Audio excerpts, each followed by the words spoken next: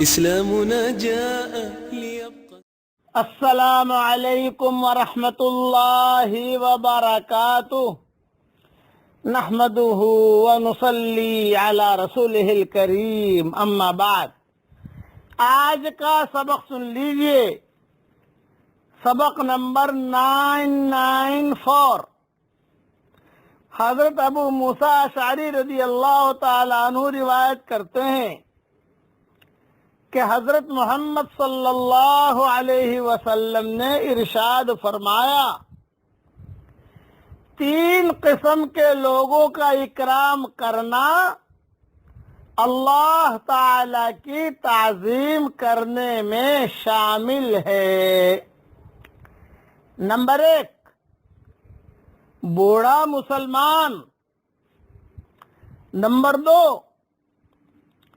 وہ حافظ قرآن جو اعتدال پر رہے۔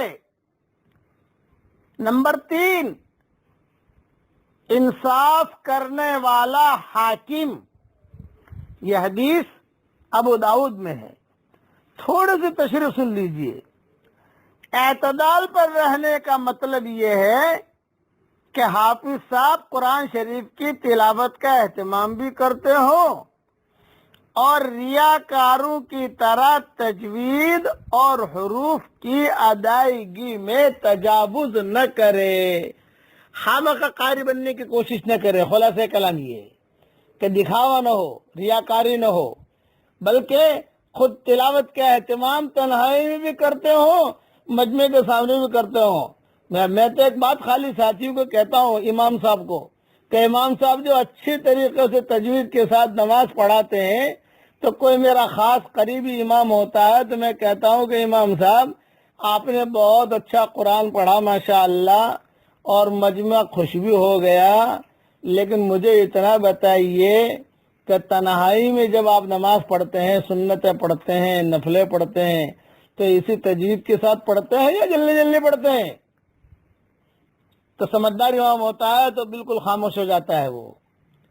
میں نے کہا وہ تو آپ نے ایمان نماز تو پڑھائی ماشاءاللہ، بہت اچھی تجوید اور ساری کی ساری چیزیں ہو گئی، چلو یہ تو ہو گیا، لوگوں نے کہہ بھی دیا، اچھا لیکن تنہائی کی آپ کی جو نماز ہوتی ہے، تہجد کی ہو، اشراق کی ہو، چاش کی ہو، سنتیں ہوں، تو اس میں الحمدللہ رب العالمین الرحمن الرحیم مالک یوم، جلدی جلدی پڑھتے ہیں کہ اسی طریقے سے پڑھتے ہیں؟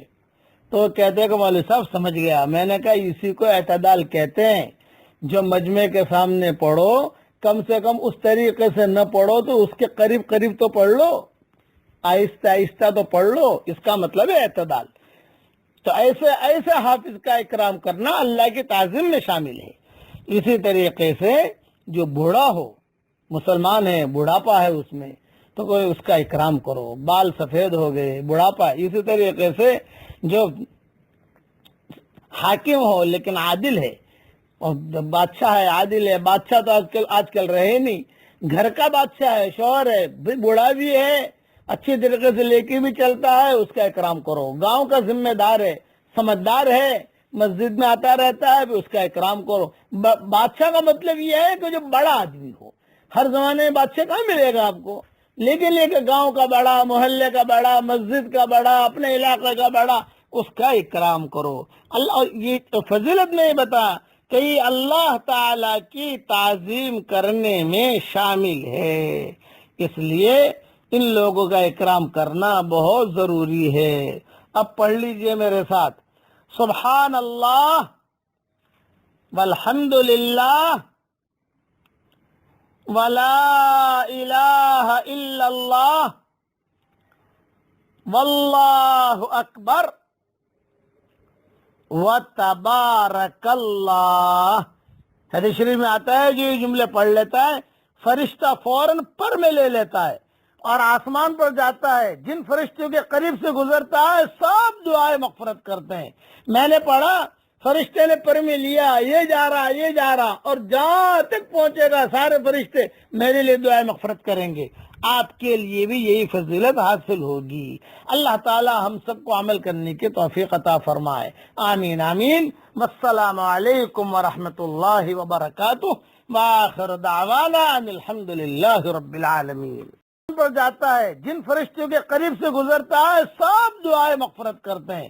میں نے پڑھا، فرشتے نے پر میں لیا، یہ جا رہا اور جہاں تک پہنچے گا سارے فرشتے میرے لیے دعائیں مغفرت کریں گے، آپ کے لیے بھی یہی فضیلت حاصل ہوگی۔ اللہ تعالی ہم سب کو عمل کرنے کی توفیق عطا فرمائے، آمین آمین۔ والسلام علیکم ورحمۃ اللہ وبرکاتہ، وآخر دعوانا ان الحمد للہ رب العالمین۔